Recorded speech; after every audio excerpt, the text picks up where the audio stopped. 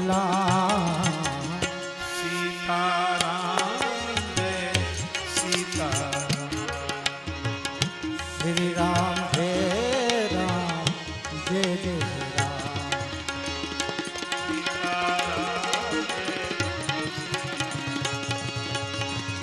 श्री राम जय राम जय जय सीताराम जय सीताराम। श्री राम जय राम जय जय सीताराम जय सीताराम। सीताराम सीताराम राम राम। श्री सीताराम जी महाराज की जय। श्री हनुमान जी महाराज की जय। गाए जा निरंतर श्री राम जानकी का जस। राम नाम मंत्र नित्य वाणी को जपाए जा। पाए जा पदारथ चार। संतों की संगति में उन्हीं का संदेशा शुभ सबको सुनाए जा। नाए जा शीस तू राजेश गुरु चरण मध्य। भूल के कुसंग में न खुद को मिलाए जा। लाए जा पवित्र भाव अपने में मन मेरे। तुलसी कृत मानस में डुबकी लगाए जा। श्री तुलसीदास जी महाराज की जय। रवि मंडल देख लघु लागा। रवि मंडल देख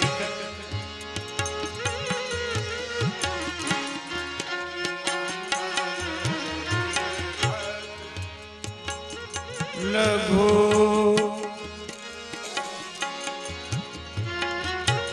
लघु लागा। लघु लघु लागा। देख लघु लागा। रवि मंडल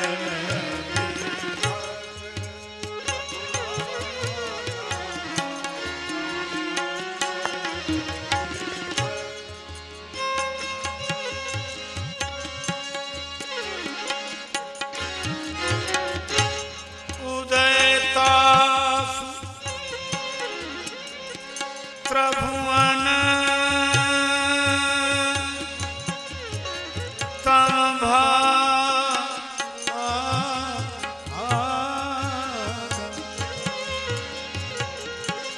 त्रिभुवन तम भागा।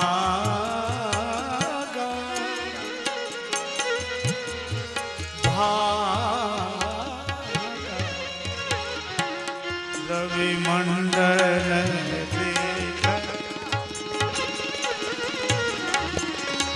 रवि मंडल देख।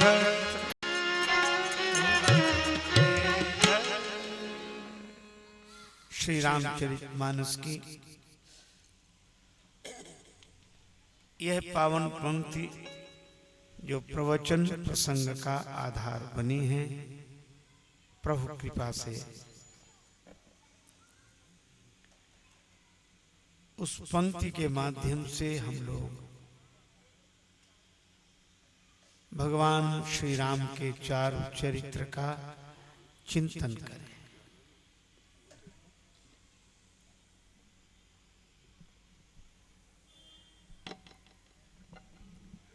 श्री तुलसीदास जी महाराज द्वारा उद्धृत इस पंक्ति का भाव है, सूर्य भगवान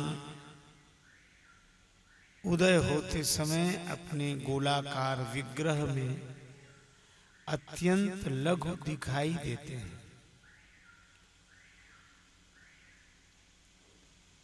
लघु दिखना एक बात है, लघु होना दूसरी बात है। वे दिखते तो अत्यंत छोटे स्वरूप में हैं, किंतु उनकी महिमा ऐसी है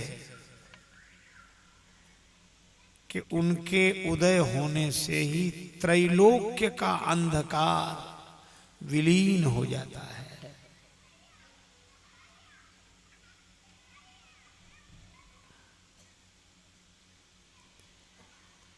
इस पंक्ति में एक अत्यंत महत्वपूर्ण संदेश निहित है। हम जैसा देखते हैं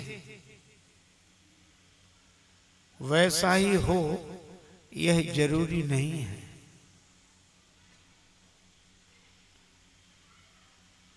हम लोग कहते हैं कि हम सुनी हुई बात पर विश्वास कैसे करें, हमने देखा है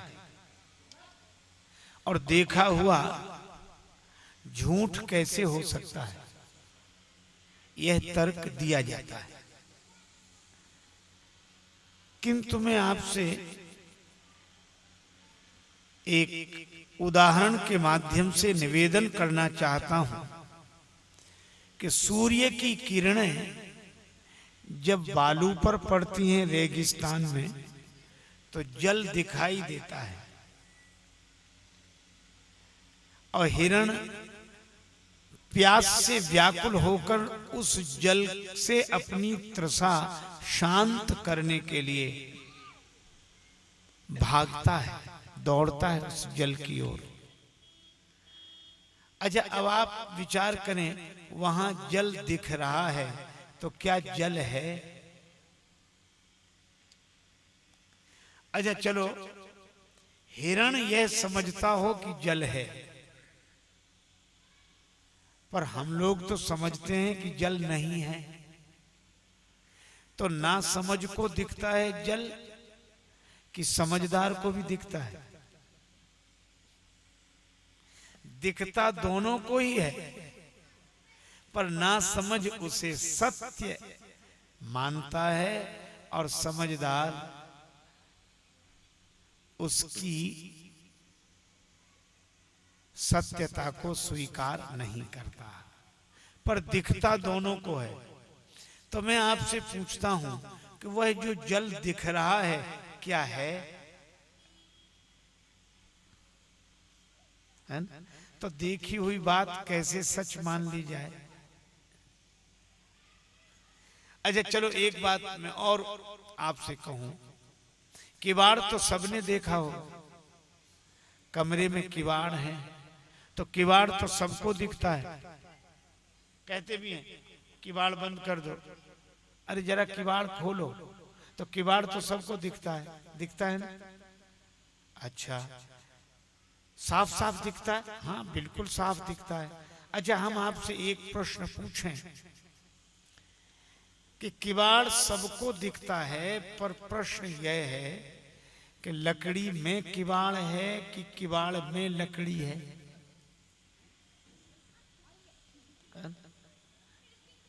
उत्तर देना इसलिए कठिन है कि अगर आप कहें कि लकड़ी में किवाड़ है तो हम यह भी तो कह सकते हैं कि लकड़ी में अगर किवाड़ है तो किवाड़ को लकड़ी से अलग कर लो, लकड़ी अलग रहे, किवाड़ अलग कर लो। और अगर यह कहें कि किवाड़ में लकड़ी है तो किवाड़ से लकड़ी को अलग कर लो। क्या यह संभव है? क्यों संभव नहीं है? अगर किवाड़ है तो उसको अलग करना संभव क्यों नहीं है? इसलिए नहीं है क्योंकि किवाड़ है ही नहीं। लकड़ी के ही एक रूप को हम किवाड़ कहते हैं। पर अद्भुत बात है, हमें लकड़ी दिखती नहीं, किवाड़ दिखता है। वही दिखता है जो नहीं है, और जो है वह दिखता नहीं है। दीखत है सो है नहीं, और जो है सो दीखत ना है। तो आप जैसे किवाड़ देखते हैं, लकड़ी को नहीं देख पाते, इसी तरह आप जगत को देखते हैं, परमात्मा को नहीं देख पाते। जैसे लकड़ी से भिन्न किवाड़ की कोई सत्ता नहीं है, इसी तरह परमात्मा से भिन्न जगत की कोई सत्ता नहीं है। इसीलिए संत क्या कहते हैं, आपको जो दिखता है वह मिथ्या है, पर जो नहीं दिखता वह सत्य है। और अच्छा, अब लकड़ी अगर दिखने लगे तो किवाड़ का दिखना बंद हो जाएगा कि नहीं? सोना अगर दिखने लगे तो अंगूठी कंगन का दिखना बंद हो जाएगा। मिट्टी अगर दिखने लगे तो घड़े का दिखना बंद हो जाएगा। इसी तरह परमात्मा अगर दिखने लगे तो जगत का दिखना बंद हो जाएगा। गुण दोष से दृष्टि हटाकर जग राम सिया मैं देखो। गुण दोष से दृष्टि हटा मन में विश्वास जमा कर जग राम सिया मैं देखो। मन में विश्वास जमा कर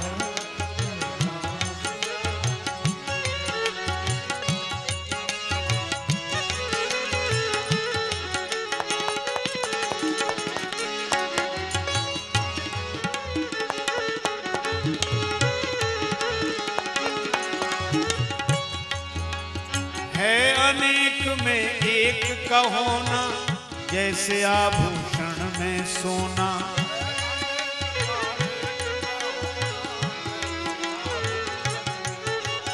इसीलिए इसीलिए समता का भाव जगाकर जग राम सिया मैं देखो। समता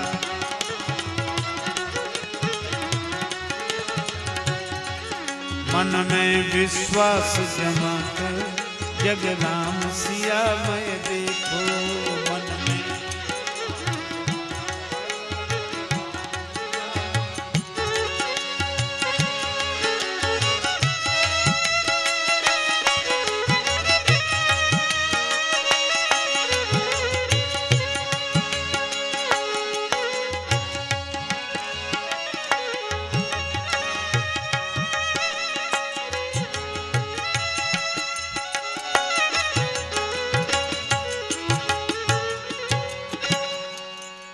वही दृश्य है, वही है दृष्टा, वही सृष्टि है, वही है सृष्टा।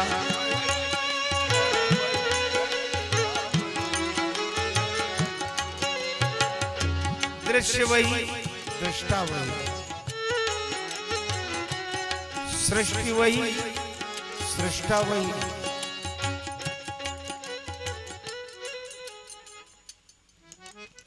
अच्छा, मैं आपसे पूछता हूं, आप सुंदर कपड़े पहनकर जब अच्छे बनते हो तो आप ही बनते हो, पर आपको बनाया किसने? आपने। कोई अपने को बाबूजी बनाता है, कोई अपने को बाबाजी बनाता है। तो आप ही बनाने वाले हो और आप ही बनने वाले हो। तो वही सृष्टि है, वही है सृष्टा। अच्छा, एक बात और कहूं, वही दृश्य है, वही है दृष्टा। दिखने वाला भी वही और देखने वाला भी वही। आप कहेंगे यह कैसे संभव कि जो दिखने वाला हो वही देखने वाला है हो? दिखने वाला अलग होता है, देखने वाला अलग होता है, सत्य है। लेकिन दर्पण अगर देखो तो जो दर्पण में दिखने वाला है वही तो दर्पण को देखने वाला है। अच्छा, दर्पण में आप ही देखते हैं और आप ही दिखते हैं। इसी तरह ये संसार दर्पण है, इसमें परमात्मा ही दिखता है और परमात्मा ही देखता है। वह स्वयं ही सृष्टि बन जाता है, लेकिन ये समझ में नहीं आता, अज्ञान का अंधेरा है। तो एक काम करो, क्या? गुरु ज्ञान का दीप जलाकर जग राम सिया मैं देखो। गुरु ज्ञान का दीप जलाकर मन में विश्वास जमा कर जग राम सिया मैं देखो।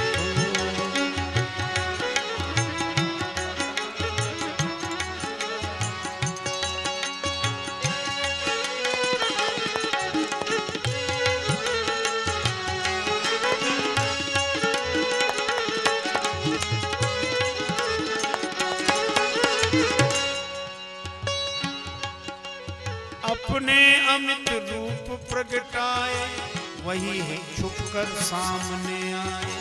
अपने अमित रूप प्रगटाए इसीलिए, हाँ इसीलिए सत्संग की गंग नहाकर जग राम सिया मैं देखो। सत्संग की गंग मन में विश्वास जमा कर जग राम सिया मैं देखो।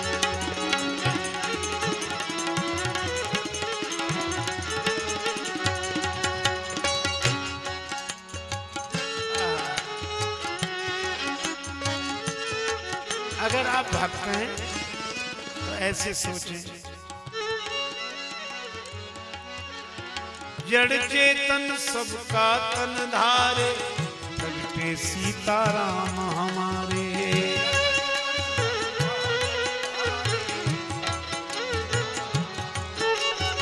इसीलिए, हाँ इसीलिए, हाँ इसीलिए प्रभु प्रेम में अश्रु बहाकर जग राम सिया मैं देखो। प्रभु प्रेम में अश्रु बहाकर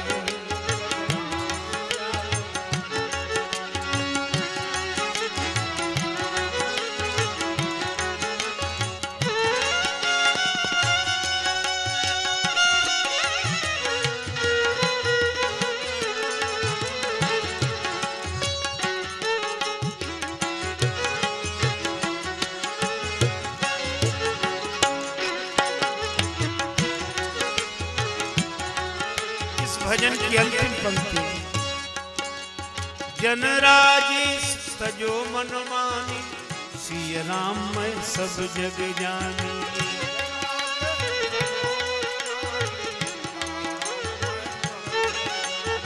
इसीलिए, हाँ इसीलिए तुलसी की बानी गाकर जग राम सिया मैं देखो।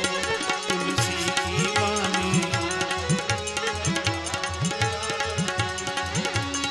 दोष से दृष्टि हटाकर जग राम सिया मैं देखो।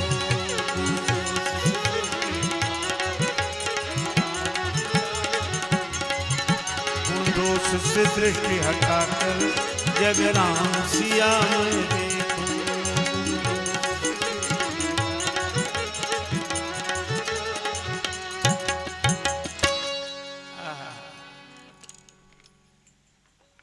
एक महात्मा बैठे थे बड़े आनंद में, बहुत मस्ती के क्षणों।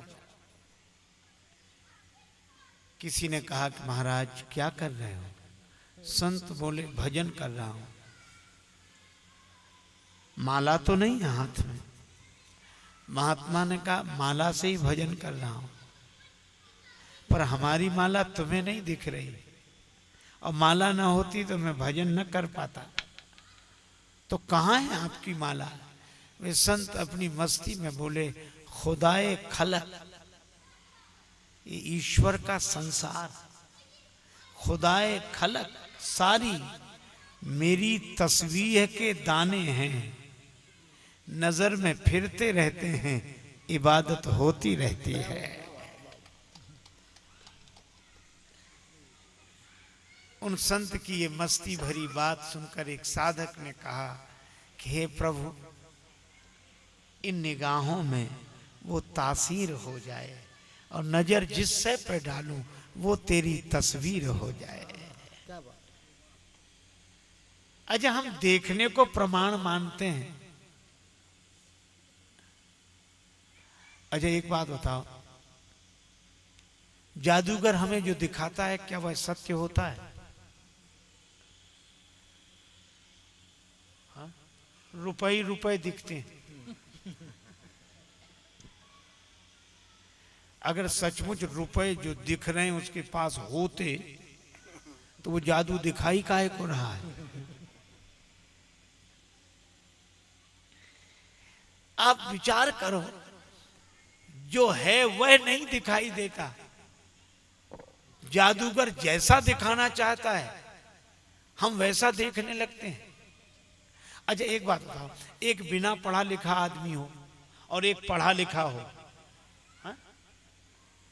एक स्कूल गया ही ना हो, विद्यालय न गया हो, और एक ने बहुत ऊंची पढ़ाई की हो। अच्छा, जादूगर दोनों को जो दिखाना चाहे, तो चाहे कोई पढ़ा लिखा हो चाहे बिना पढ़ा लिखा हो, उसे वैसे ही दिखेगा कि नहीं जैसा जादूगर दिखाए? ये सब जानते हैं। चाहे पढ़ा लिखा हो तो भी वैसे ही दिखेगा जैसा जादूगर दिखाए, उसकी पढ़ाई लिखाई काम नहीं आएगी। और चाहे बिना पढ़ा लिखा हो उसे दिखेगा वैसे ही जैसा जादूगर दिखाए। बस इसी तरह इस संसार में बोले बिहसी महेश तब ज्ञानी मूढ़ न कोय, यही जब रघुपति करहीं जस सो तस्ते ही छन होए। तो जब ये जादूगर वह दिखा देते हैं जो वो दिखाना चाहते हैं, तो परमात्मा से बड़ा जादूगर कौन होगा? उसने ऐसा जादू चलाया कि वो जो दिखाना चाहता है हम वही देख पाते हैं, पर जो देख पाते हैं क्या वह सही है? इसीलिए किवाड़ दिखता है लकड़ी नहीं, आभूषण दिखता है सोना नहीं, कपड़ा दिखता है धागा नहीं, जगत दिखता है परमात्मा नहीं।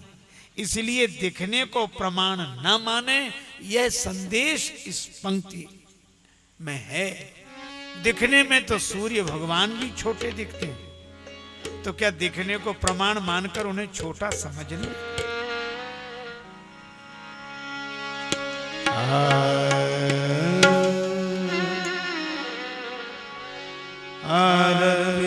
मंडल देखत लघु लागा,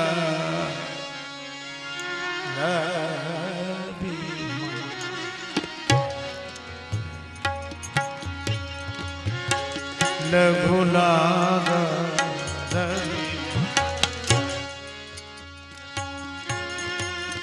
मंडल मंडल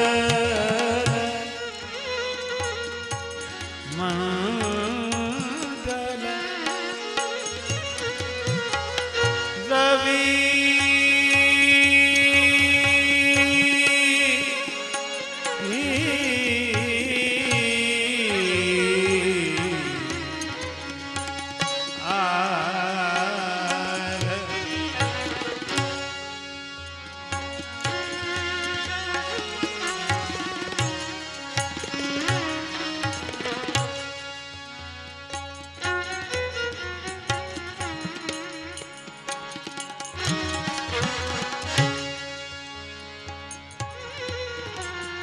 रवि मंडल रवि मंडल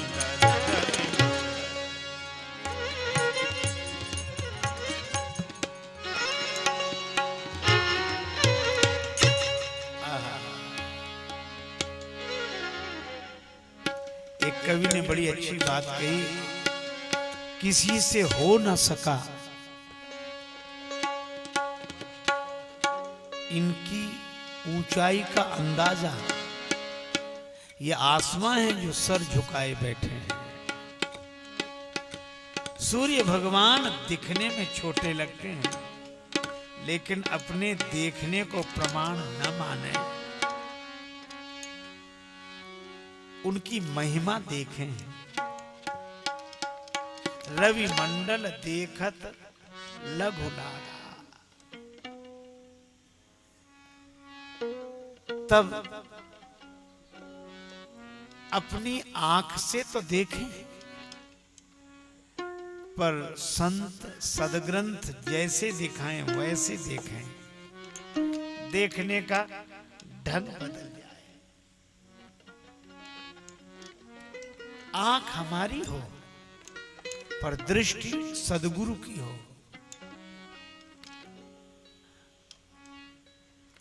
गुरुपद रज मृदु मंजुल अंजन नयन अमीय दृगदोष विभंजन।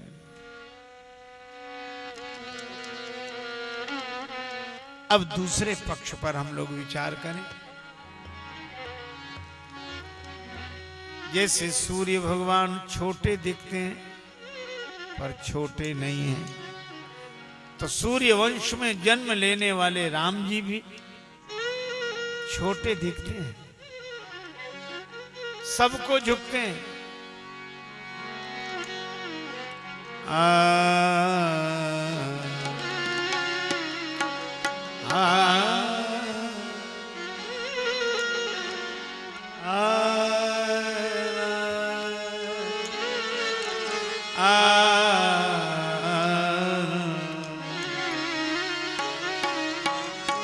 प्रातः काल उठ के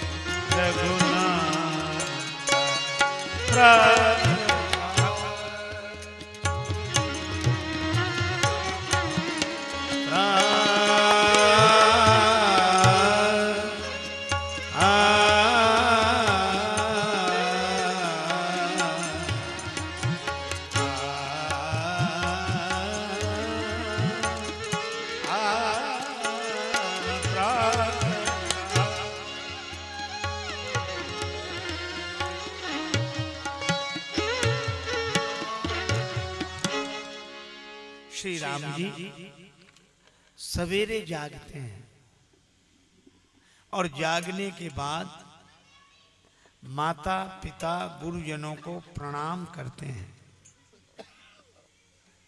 देखो, झुकना कोई सीखे तो राम जी से, उनसे बड़ा कौन होगा? वे भगवान हैं। भगवान के आगे सब झुकते हैं, पर भगवान स्वयं झुकते हैं। अरे झुकता वो है जिसमें की जान है, और अकड़ तो खास मुर्दे की पहचान है।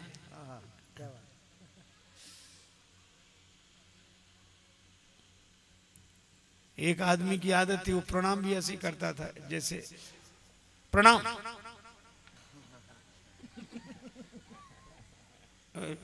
ये प्रणाम प्रणाम प्रणाम। अरे हमने रहने दे भैया, हम ऐसे ही मान लेंगे। कुछ लोगों को आपने देखा, एक आदमी का दंडवत। अब दंडवत का अर्थ है लकड़ी की तरह, दंड माने लकड़ी, लकड़ी की तरह पृथ्वी में कोई लेटकर प्रणाम करे तो दंडवत है। ना हाथ जुड़े ना सिर झुके, दंडवत। एक ने हमसे पूछा ये कैसी दंडवत? हम खड़े तो हैं दंडवत। दंडवत खड़े होने को प्रणाम नहीं कहते, दंडवत पड़े होने को प्रणाम कहते हैं।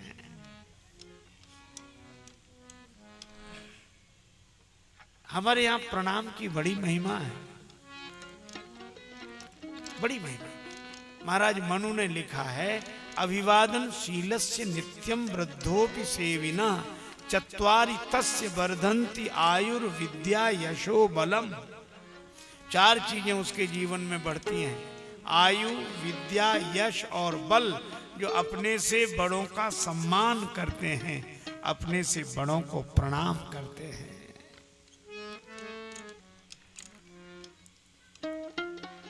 देखो, वृद्धों के पास जोश भले ही न रह गया हो, पर होश उन्हीं के पास होता है। ये बात अलग है कि जब जोश था तब होश नहीं था, और अब होश आया तो जोश नहीं रहा। अब इसमें उन विचारों का दोष क्या है?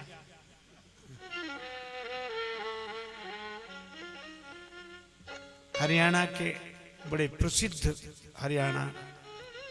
बड़े प्रसिद्ध कवि मास्टर नत्था सिंह जी, उन्होंने लिखा ही है, जीवन खत्म हुआ तो जीने का ढंग आया, और उस वक्त निकला जब वक्त तंग आया।